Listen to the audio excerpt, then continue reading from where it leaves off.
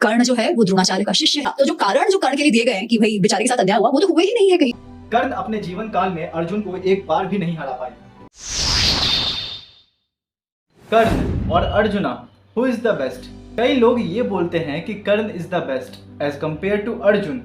अभी इसमें गलती इन लोगों की भी नहीं है, क्योंकि हमारे TV shows, cartoons, movies, serials और खास करके सूर्यपुत्र कर्ण, इस अकेले शो ने जितना लोगों का मैनिपुलेशन किया है उतना किसी ने नहीं किया। But in this video I will clear your all doubt.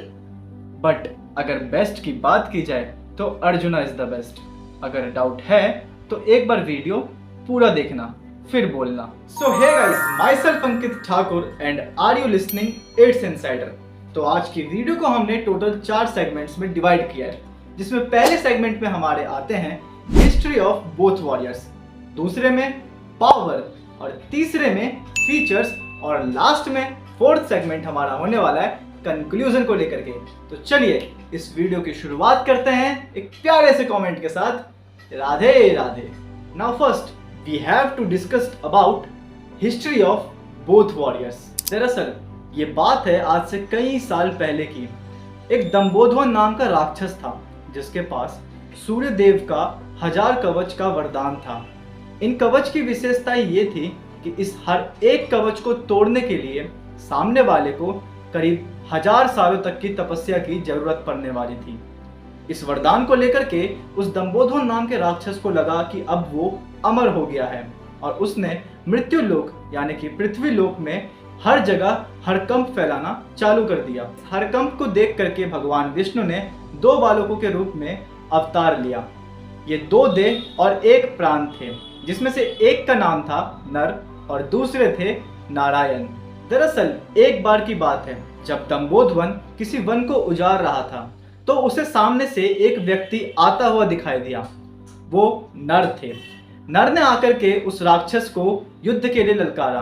दंबोधवन को लगा कि वो उसे आसानी से मार देगा, तो उन्होंने युद्ध की चुनौती को स्वीकार किया।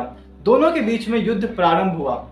शुरुआत में तो नर कमजोर से लग रहे थे, पर जैसे जैसे वक्त बीतता गया नर की शक्तियां बढ़ती गई। फिर यह युद्ध 1000 सालों तक चलता रहा और तब जाकर के नर ने उस राक्षस का एक कवच तोड़ दिया और कवच के टूटते ही नर की भी मृत्यु हो गई। तब वहां पे नारायण आ पहुंचे। नारायण ने महामृत्युंजय मंत्र का जाप किया और नर को पुनर्जीवित किया।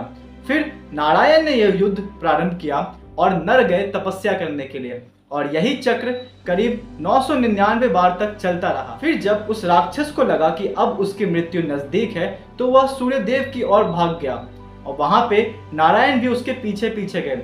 सूर्यदेव अपने वचन को लेकर के बंधे हुए थे, इसीलिए उन्हें उस राक्षस की रक्षा करनी पड़ी।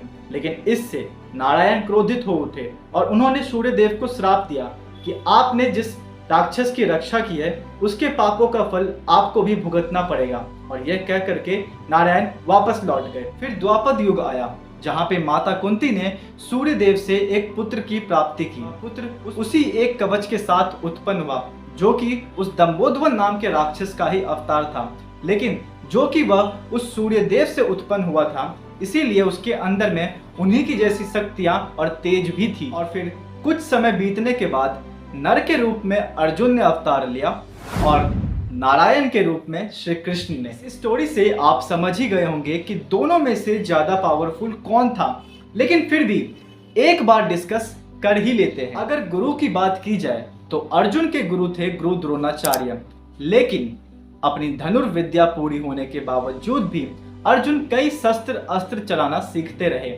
जैसे तलवारबाजी, गदा युद्ध, और इसके साथ ही साथ अर्जुन ने तो नृत्य कला भी सीखी, जिससे यह बात स्पष्ट होती है कि अर्जुन के अंदर में सीखने की चाह हमेशा से थी। लेकिन कर्ण, जिनके भी गुरु द्रोणाचार्य ही थे, हाँ वो थे, उन्होंने उसे ब्रह्मास्त्र देने से मना किया था, क्योंकि कर्ण उन्हें उस योग्य नहीं लगे।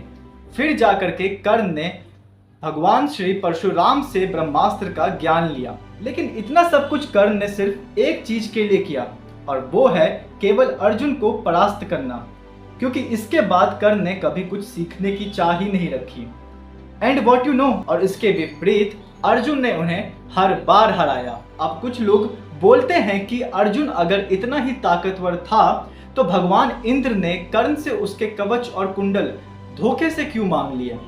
तो इसका जवाब भी उस स्टोरी में ही था। अर्जुन अवश्य ही कर्ण का कवच और कुंडल तोड़ देते, लेकिन इससे उनकी भी मृत्यु हो जाती, क्योंकि कवच को लेकर के तो वरदान था और अर्जुन के पास ऐसा कोई वरदान नहीं था।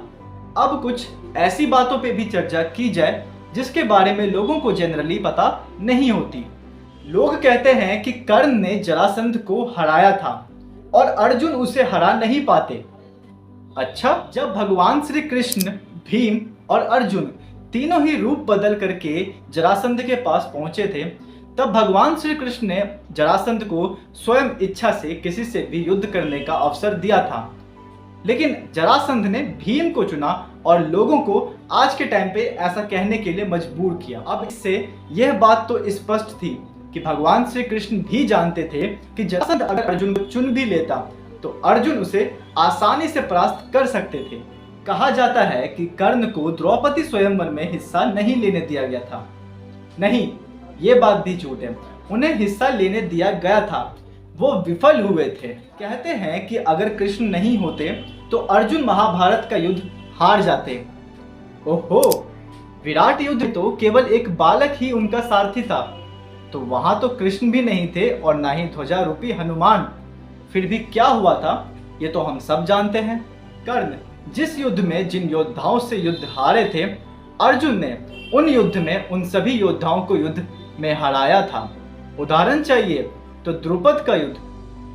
नहीं माने, चलो एक और देता हूं, जंगल में गंधर्वों से हार। अब कई लोग कहते हैं कि कर्ण को कई कठिनाइयां सहनी पड़ी। अब ये तो होना ही था, क्योंकि कर्ण श्राप को लेकर के ही इस पृथ्वी पे अपने पिछले जन्म के किए हुए पापों का फल भुगतने आया था। और अगर बात कठिनाइयां की है ही, तो अर्जुन ने भी कई कठिनाइयां सही थी, जबकि वो तो पिछले जन्म में और साथ ही साथ इस जन्म में भी एक देव रूपी थे। इसके पश्चात कर्ण अधर्मी भी थे, क्योंकि वे धर्म के विरुद्ध युद्ध कर रहे थे। उन्होंने अभिमन्यु जैसे एक बालक को मारने के लिए भी षड्यंत्र रचा था, और वो भी तब जब वहां पे अर्जुन नहीं थे। लेकिन इसके विपरीत अर्जुन ने कर्ण के सामने ही उसके भाइयों और उसके पुत्रों का वध किया था। तो सोचो, अगर अर्जुन वहां पे उपस्थित होते तो क्या कोई अभिमन्यु तक पहुंच भी पाता। कर्ण एक एविल कैरेक्टर था, फिर भी लोग उन्हें पूछते हैं। खैर, इनमें गलती इन लोगों की भी नहीं है। जब तक ऐसे टीवी शोज और सीरियल्स बनते रहेंगे, ऐसी फेक न्यूज और बातें फैलती रहेंगी और लोगों का मैनिपुलेशन भी होता रहेगा। इसलिए किसी भी एंड पॉइंट तक पहुंचने से पहले चीजों को समझो, पढ़ो और जानो। तब तक के लिए राधे राधे।